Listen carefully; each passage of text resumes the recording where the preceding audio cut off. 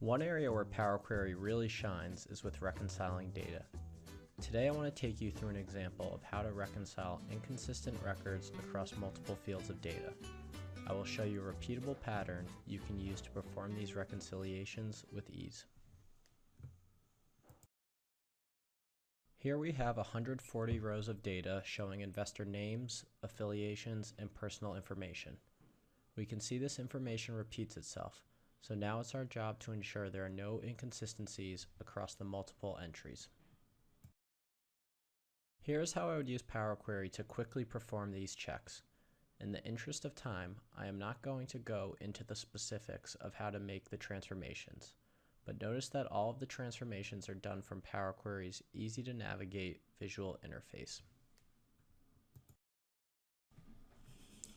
First, bring your data into Power Query.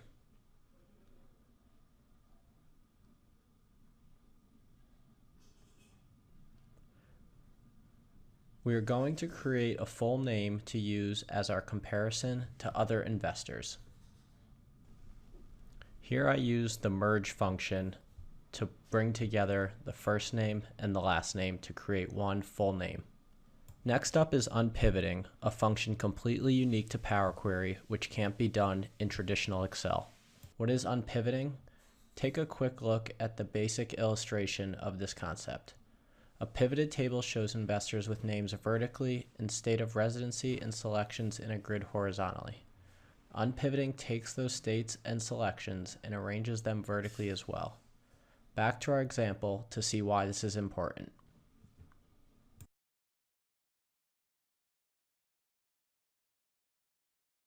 Unpivoting this data, we now have investor attributes in one column, which we'll soon check for inconsistencies.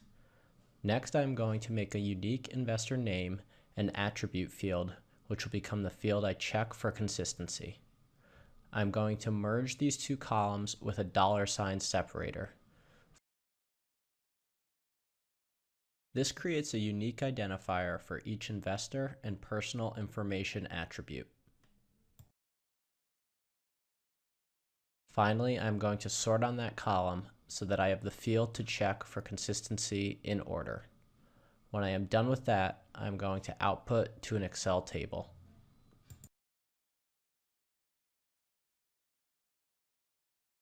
In Excel, I'm going to type a very basic conditional formula that checks if two rows bordering each other are equal, and if so, whether the investor value is consistent.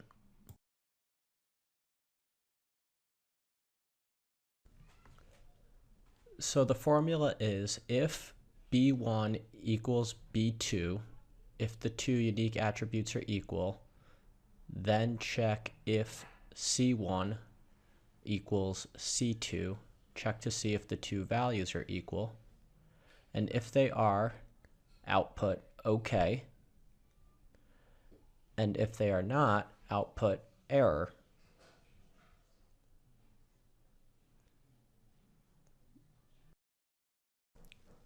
Then, to close this out, if the two unique attributes are not equal, that means there's nothing to compare and the check is okay.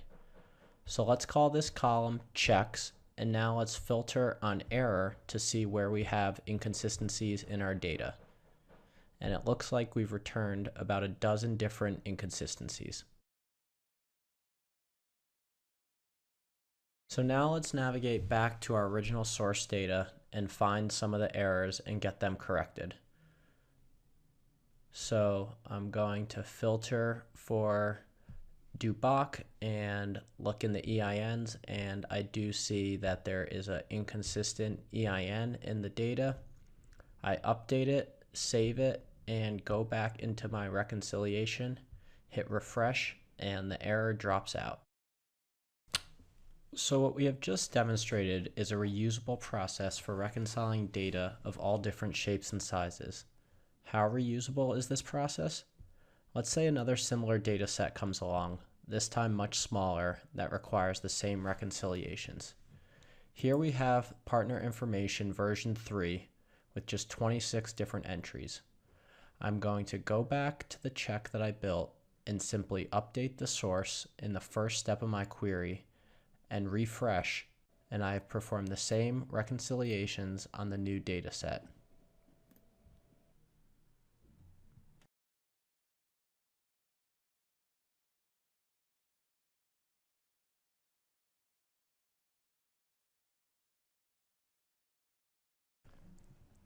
Here we see we have one inconsistent record, so go ahead and find that individual in the source data and update the inconsistent EIN.